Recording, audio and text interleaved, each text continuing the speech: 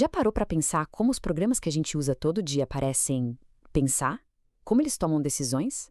Hoje, a gente vai mergulhar na lógica por trás de cada escolha que um software faz. E para começar, vamos usar uma situação que todo mundo conhece muito bem. Pensa bem. Toda vez que a gente digita uma senha, o sistema responde na hora, certo ou errado. Mas como ele sabe? Essa pequena mágica do nosso dia a dia é o ponto de partida perfeito para a nossa análise de hoje. Então, a resposta para isso está num conceito chamado fluxo de controle. Imagina que um programa é como um filme com um roteiro. Alguns seguem o roteiro linha por linha, do início ao fim, sem desvios. Mas os programas mais poderosos são aqueles que podem pular cenas ou escolher um final alternativo, tudo com base no que está acontecendo. É exatamente isso que a gente vai explorar. Como o código ganha essa habilidade de escolher o próprio caminho, de não seguir apenas uma ordem, mas de se adaptar a cada situação. Bom, antes de poder fazer uma escolha, um programa precisa primeiro fazer uma pergunta. Só que não é qualquer pergunta, sabe? O computador precisa de algo direto, sem espaço para dúvida. Uma resposta que seja sim ou não. E essas perguntas têm um nome: expressões lógicas. Isso é o mais incrível. Toda decisão complexa de um software, seja verificar uma senha ou até pilotar um avião, é na verdade construída com base em milhares e milhares dessas perguntinhas simples de verdadeiro ou falso. E como a gente faz essas perguntas no código? Usando os operadores relacionais que estão aqui na tabela. Eles são bem parecidos com o que a gente aprende na matemática, né?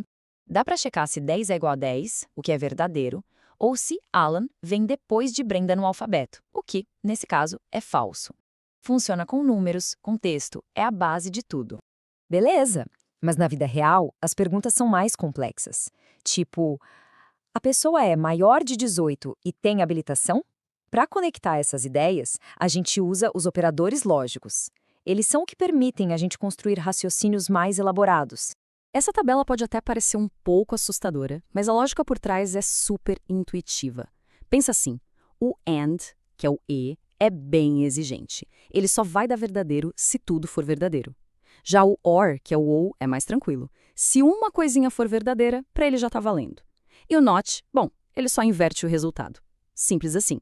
E esse exemplo aqui é perfeito para mostrar por que entender isso é tão importante. Para a gente, na matemática, a primeira expressão faz todo sentido. Mas para o computador, não. A gente precisa ser explícito, quebrar em duas perguntas. O número maior ou igual a 1 e o número é menor ou igual a 10.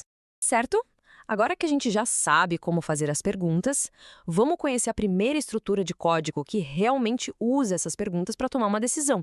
É o famoso if, que em português significa se. Imagina que o nosso programa está caminhando por uma estrada e, de repente, ele chega numa encruzilhada. A condição if é a placa de trânsito nessa encruzilhada. Se a resposta para a pergunta da placa for verdadeiro, o programa pega um desvio, um caminho especial para fazer alguma coisa. Se for falso, ele simplesmente ignora esse desvio e segue reto na estrada principal.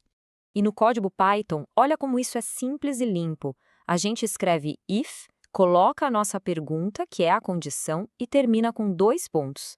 As instruções que fazem parte daquele desvio especial são colocadas logo abaixo. E aqui vem o pulo do gato em Python. Como o programa sabe quais instruções pertencem a esse desvio? Pelo recuo no texto, a tal da indentação. Aquele espacinho no começo da linha não é só para deixar o código bonito, não. Em Python, é a indentação que define os blocos de comando. É uma regra e é isso que torna a linguagem tão legível. Ok, a estrutura F é ótima para lidar com sim, mas e quando a resposta é não? E se a gente quiser que o programa tenha um plano B? Para isso, a gente precisa de uma bifurcação de verdade na nossa estrada. Então, voltamos para nossa encruzilhada. Só que agora não é mais um desvio opcional, é uma escolha obrigatória. Tem um caminho da esquerda para o verdadeiro e o caminho da direita para o falso.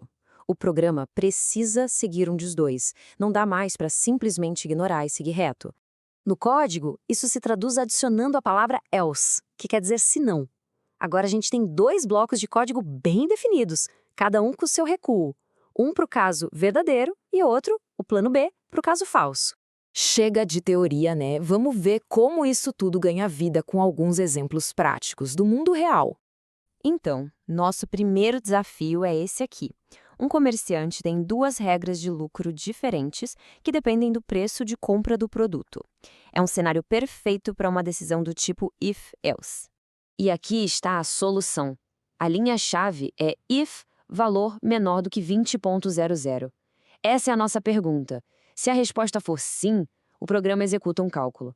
Se a resposta for não, ele pula para o bloco do else e executa o outro cálculo. Simples, direto e eficiente. E quando a gente roda o programa, o resultado aparece. Se a gente digita 15, que é menor que 20, ele segue o primeiro caminho. Se digita 25, ele pega o segundo. A lógica funciona perfeitamente, escolhendo a rota certa a cada execução. Ok, agora vamos para um desafio um pouquinho mais complexo. Aqui, a gente precisa fazer duas coisas. Primeiro, ver se o número digitado é válido e só depois analisar o dígito da dezena. Isso vai exigir uma decisão dentro da outra. A solução para isso é muito inteligente. Repara que existe um if dentro de outro if. O if de fora faz um filtro, uma primeira verificação. O número tem 3 dígitos? Se sim, ótimo, o programa entra nesse bloco e aí faz a segunda pergunta. O dígito da dezena é par.